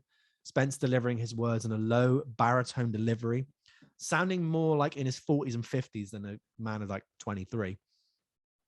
Sneaky syncopated drum groove helps propel this tune from being too sleepy sounding. Now, that's my main gripe with this album, is a lot of those country-esque songs, they're just too slow, they're too plodding, and you get boom, boom, boom, boom, boom, boom. There you go. But sing that an octave down.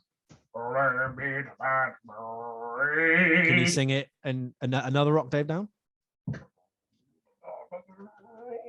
There we go. Now we've got Skip Spence's or. They give me kind of a Nick Drake vibe. So again, this is where I could kind of sway you. It's very insular and very claustrophobic in its sound. And I think that's what gets mistaken for it's a bit dull, it's a bit boring. When really what you got to think is, okay, the instruction was to the engineer, leave the tape running. It was literally the engineer and him. And this Skip Spence guy is just going around, plays drums, plays guitar, plays bass, puts in percussion, all these things, sings it. It's just him on his own, literally doing these songs, filtering them all out in his brain. So you can make this argument that, like, of course it's insular and claustrophobic because you're inside his brain listening to him just pour out these songs. And you're just kind of brought into his world, much like the Shags one. You're brought into this unique world of, I've never heard anything like this. And then you go read up more and you're like, oh, literally they were like, shut in, just go learn stuff, go write songs, then put in a studio for one day. So you're hearing this just one day of them recording. And the Skip Spence one has a similar thing. It's just that maybe, I mean, I'd say it's unique sounding for sure, but I think maybe next to the Shags, it's not as striking. That's the thing I would say. Yeah, I agree with you. He does. Diana really gives us this very insular and claustrophobic kind of sound. Has a spicy chord change in it, which always tickles my theory brain. Love to hear it. It was like, ooh, give me more, daddy. Ooh. And then a spooky electric guitar on the left channel. There's a funny bit in the acoustic guitar solo. So it's very kind of standard chords with this one spicy chord in. So when they go to the spicy chords, the solo starts to kind of meander, and you can kind of hear that he's just like going up notes in the hopes that it kind of just fits over it. And then, and then he gets to like a note, and then he kind of ends it with like a guitar scratch. So basically he's muted all the strings. There's no notes, and just kind of goes almost like a finite, like, oh, I've just got through that. Cool. No one's going to know. They ain't going to hear that. Like, yep, I know what I did, but it's done now. That was the feeling I got. So this was named after your mum, Margaret Tiger Rugg. I think you should call your dear old Mags that. You're right, Margaret Tiger Rugg. How you doing? She'd be like, James, you ain't smoking that wacky backy? You'd be like, no, just been on the blue chair, love. Yeah, he knows. He's loving it. If for anyone who's listening to this on the Spotify and all the audio stuff, Merritt is cracking up right now. He's like, you're the funniest guy in the world, Marv. I can't believe you're my best friend in the world. Hey? I just wish I could breathe through my right nostril, to be honest. Bro. Ah, cry baby. So yes, this is a very much a ba-dum bum bum song. It's an odd song indeed, talking about feeding a tiger and with a vocal melody that is erratic and without thought. It's close to what might have been going through his head on those blue cheer trips. Like, the guy is messed up on drugs. You can definitely make the connection with like how Peter Green took too much LSD and never really got back from it. This is very much a similar story. Quite sad. And without pause, we get thrown to the tune Weighted Down, the prison song. To be honest, it's quite boring. It's plodding country song that kind of out of tune. It represents what I remember the whole album sounding like about 6 years ago. So for me, Weighted Down, the prison song is the worst for me. It's just like, yeah, okay. I wouldn't show someone that to try and sell the album. But if I wanted to not sell the album, I'd play them that. I can hear shades of Jay Mascis vocals from Dinosaur Jr. in this song. That low, slightly nasally tone that I'm not like against. I think nasally tone is completely fine. And it's also 6 minutes long.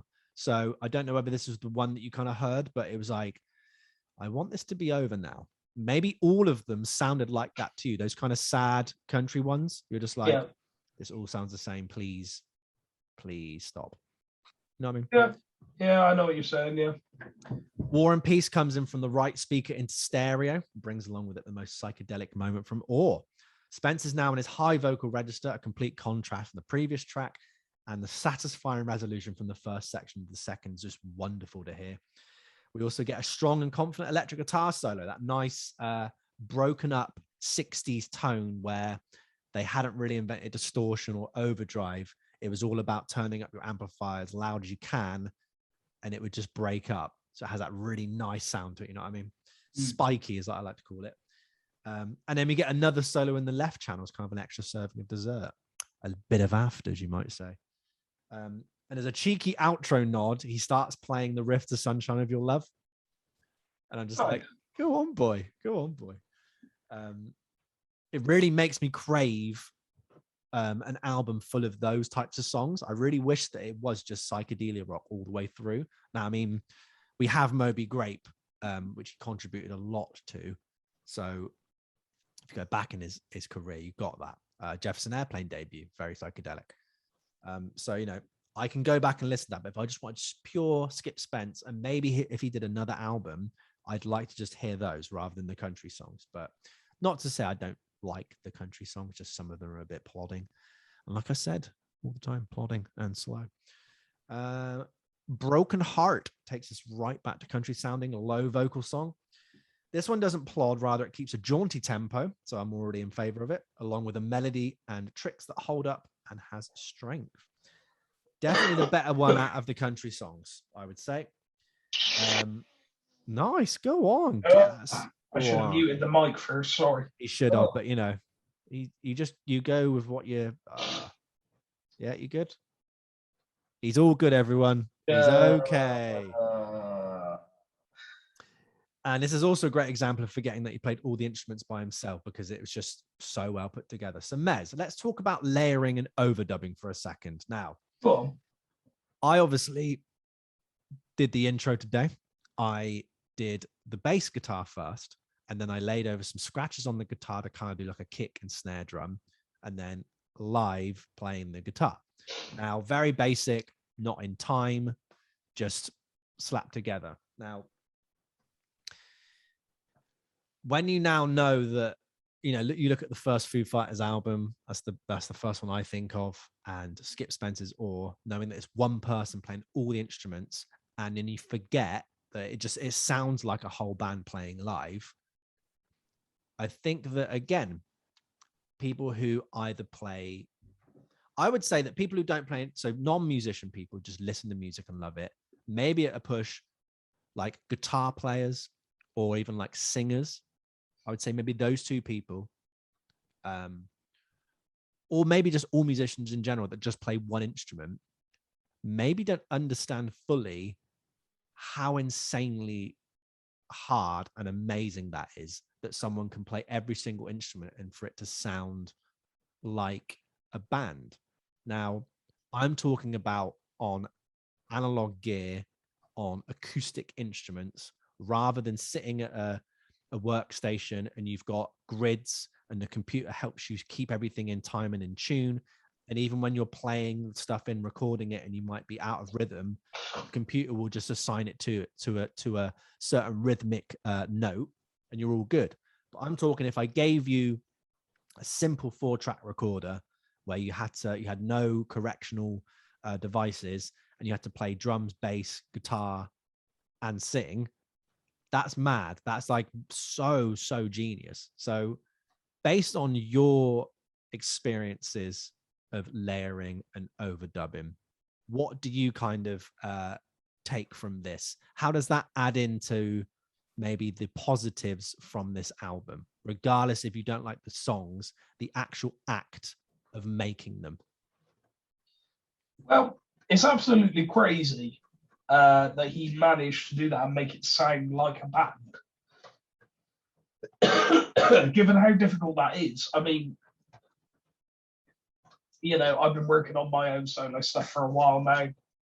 I've worked in the context of a band, a songwriter, you know, just dropping in to put guitar power on something. And there's a lot to be said for a natural feel on a studio track when there is not, you know, it's being dubbed or there's layers, you know. Let's take the theme for 50 Ways podcast, for example. That was a happy mistake. I had an idea of what I wanted to do. In terms of layering, though, I mean, even if you yourself are a very consistent player, knowing exactly where to stop, exactly where to start notes, because there's a level where it's like, yeah, just bash it out, that's fine. But I like the fact that, so the very intro of that song, which will be available not before long, is 4 or 5 guitar layers at once with bass. And it's difficult to pull off because, as I said, nowadays we have clicks and things like that. And we have gridding, as you mentioned, you can move stuff around. And there was still 1 or 2 times where I was like, that's not good enough. I'm doing that again. I'm doing that again. Yeah, what about that? And I took what I thought would make what frequencies would work together in it and make it sound big and full. And I remember you listened to it for the first time and going, this really sounds like it's going somewhere. That's one person. Now, take all that back to 1969. No gridding, no editing technology, no, you know, you could do it again, but eventually you're going to run out of things, you know what I mean? You're going to run out of tape. Yeah. Well, you've layered all these things on top of each other. You make a mistake at that point, you're starting again. And that has got to be very frustrating. So, whereas I've got, you know, unlimited possibilities. I could do 100 guitar tracks if I wanted. I could do 1,000. Yeah. And I could link them all up and do what I wanted with it. And that's crazy. But that's the technology we have on offer now. That's how a lot of things are made. And it comes with its restrictions based on how much possibility there is. What do you want to do? Where's your oyster? But yeah, back then that would have been very difficult. And saying obviously the story about Jefferson Airplane, who have previously viewed my Instagram stories, if anyone's interested. There we go. He's connected to Skip Spence, then, aren't you? Famous I am. World famous. That's insane. That story about him being asked to play drums, and he was like, "I don't play drums," and he went, "Don't care." Came back in a week, and he's like bashed out. Yeah, it's incredible. This incredible drum thing for their album. That's sick. That's amazing. The guy must have been an amazing musician. Yeah, you know, he must have been incredible. So I take my hat off to him if I was wearing one. Here you go. He's putting it on. Go, Skip. Taking it off. That's for you, son. I like that. So yeah, like the same with the Shags. Even just the act of making music, regardless of the outcome, is still fascinating and it's always unique. Everybody's music is different in the way they approach it, the way their skin is, their bones, what they've eaten. So many different factors. So the same as a lot of things in life, you know, like especially like sports stars and things, like people's, I don't know, serves in tennis are all going to be slightly different. No one's got like they might use the same kind of maybe technique, but everything is distance. Everything is different. But yeah, it also doesn't mean that just because that's a fact, it doesn't mean that stuff is automatically good. It also means that, you know, doesn't mean that nothing is automatically bad. That's just a fact going into it. It's still fascinating for me. I think the fact that he had them all in his head, then went and, you know, probably experimented a bit, but like, and was, you know, brain was probably limited maybe from all the drug use he was ingesting. to just imagine. I would love to see him in the studio just doing that, just going back and forth, figuring things out, playing drums. Like madness. Absolutely, mate. Absolutely. There you go. So one I really like is called Books of Moses. His vocal delivery is more gravelly and spooky than the previous songs. The acoustic guitar, so it's played in like D. It's like the D major shape. I think it's down like half a tone or something. So like it might be in like C sharp standard or C standard. So it sounds really low. But whenever everyone plays, I mean, I'll play you the chord, but it's actually needs better to do it. Here we go. Come on. So when people play stuff like that,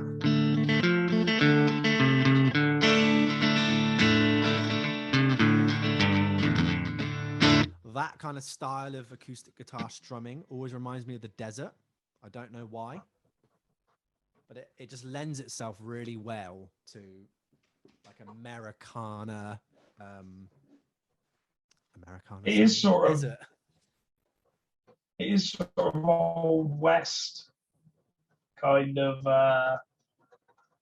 You know what I mean? Like the Wild West, like a cowboy strumming. Yeah, exactly. And I something about me really likes the sound of the guitar, especially acoustic guitar in that area. There's a lot of like, I think Out on the Western Highway by Rory Gallagher. I love that sound. My Friends, Red Hot Chili Peppers, love that sound, all playing in that D kind of shape. Very bluesy. Rain and Thunder sounds as well, along with hammering a low tom hit drenched in reverb.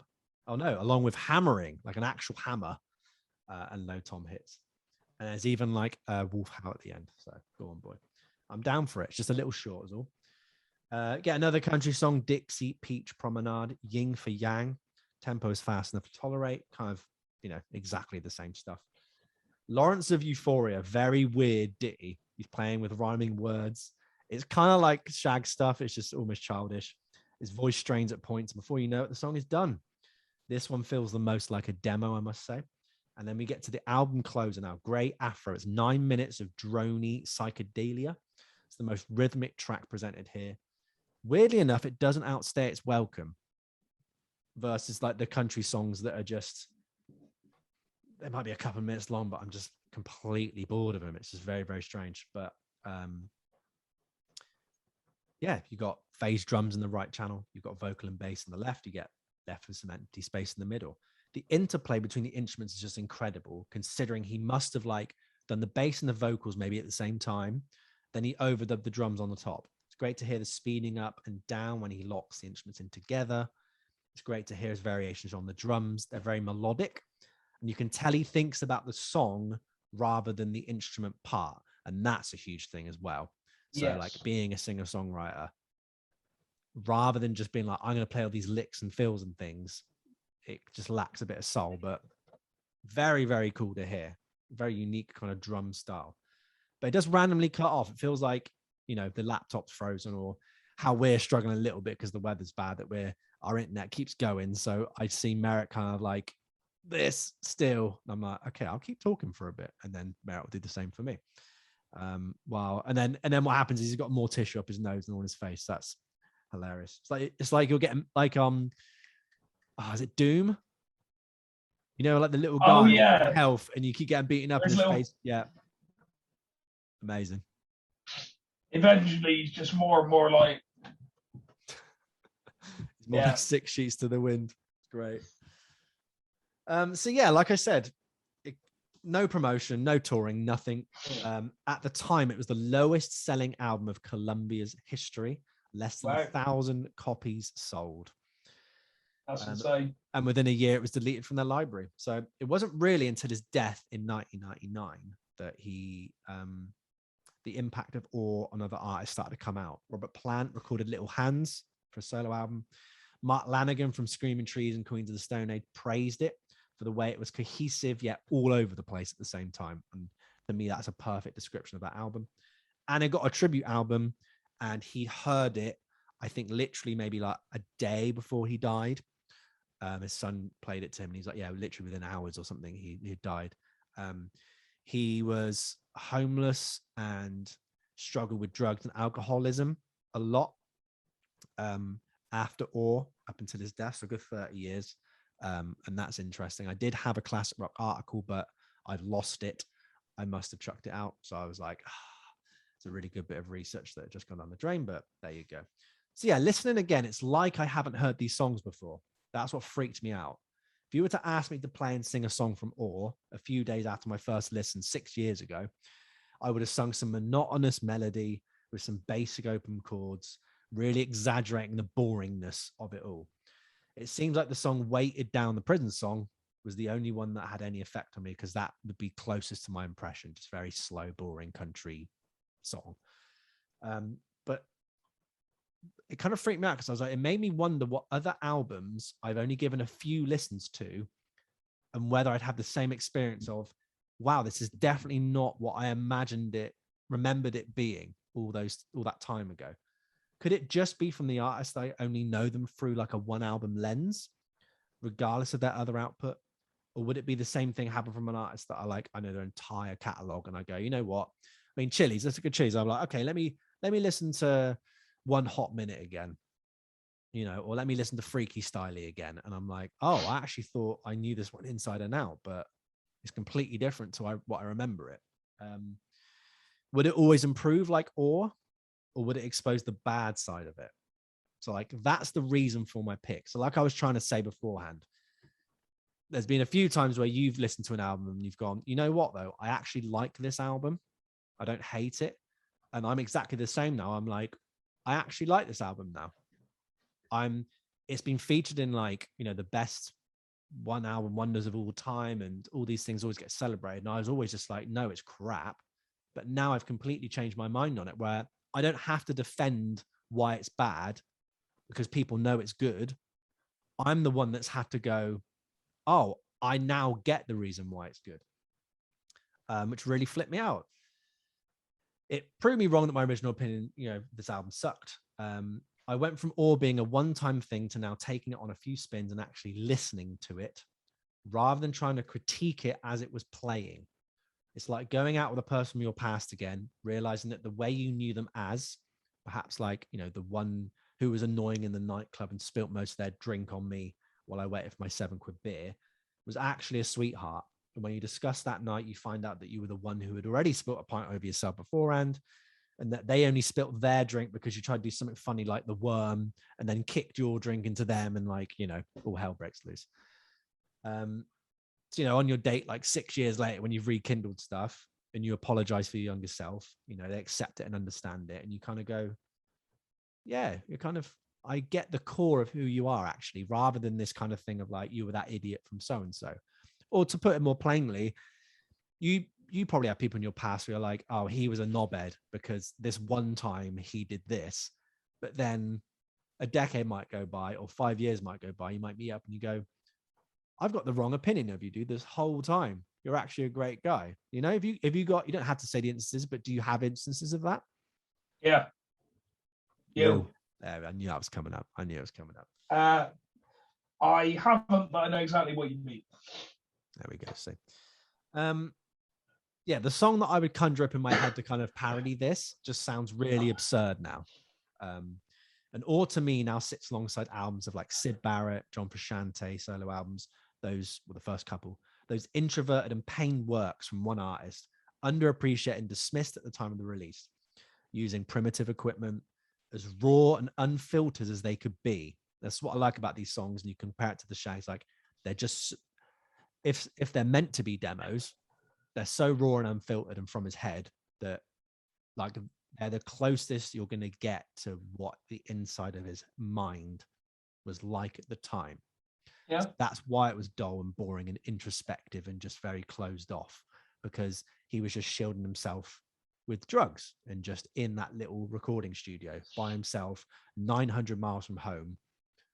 Like it's just perfect. Like the album sounds like that, much like how the Shags sounds like the story.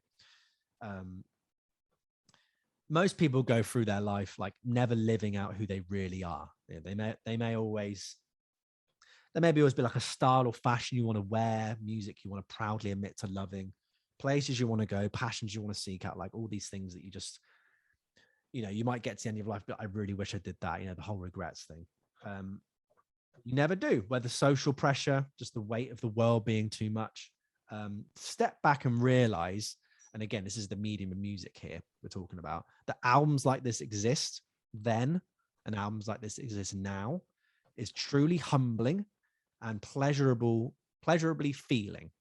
That there are artists in the world that give you all of themselves, and that you can use that to free yourself. So they're not, in Skip Spence's case, he's not even worrying about, okay, this is going to be a sad album. This song is a sad one. This one's this, and I'm really going to show my side of it. He's just being himself. He's just playing it, and if it releases it, fine.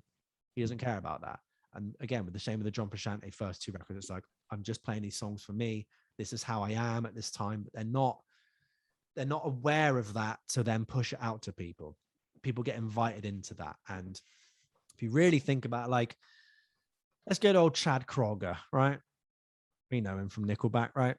It's like, do you really feel like you actually know him intimately through his music? No. I don't even know. I couldn't even tell you what his favorite drink is or what he actually is as a person. Coca-Cola. Roller coaster.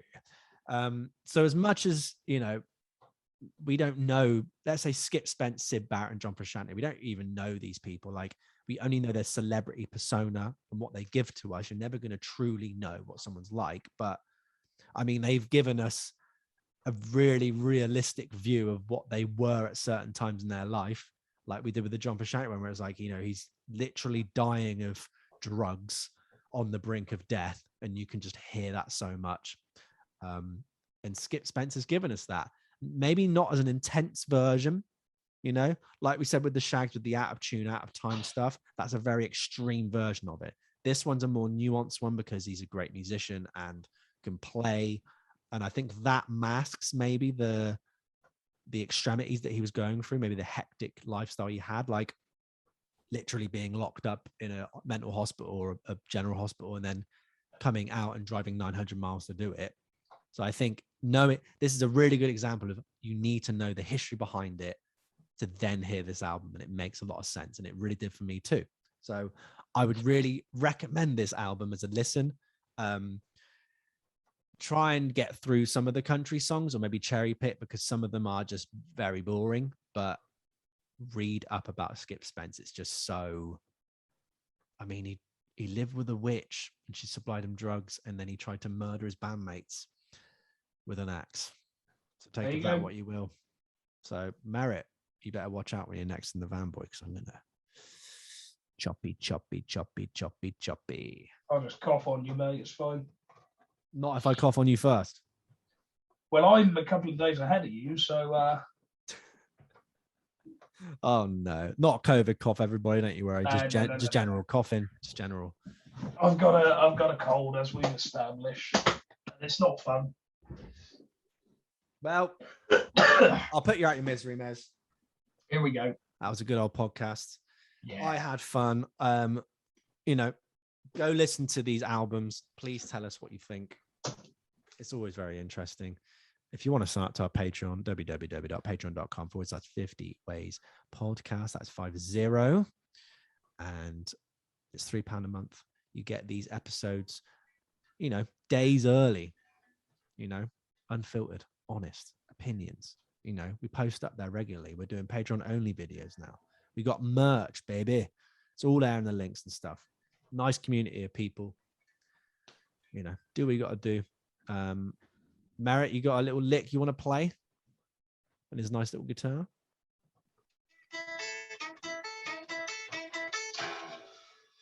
Nice. That's very good. Right, I'm going to play you out now. The good old song.